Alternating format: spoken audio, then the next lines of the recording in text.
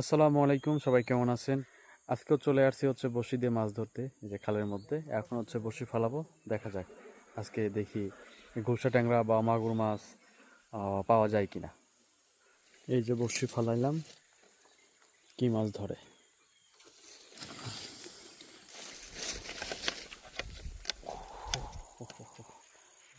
এই যে দেখুন গুলশা ট্যাংরা এই মাত্র ধরলাম। দেখুন কত সুন্দর সাইজের গুলশা ট্যাংরা। দেখুন গুলশা ট্যাংরার সাইজ, মাশাল্লাহ। এই যে নিচে দিয়ে দেখেন, এই যে নিয়ে যাচ্ছে, এবার উঠবে ইনশাল্লাহ, দেখা যাক।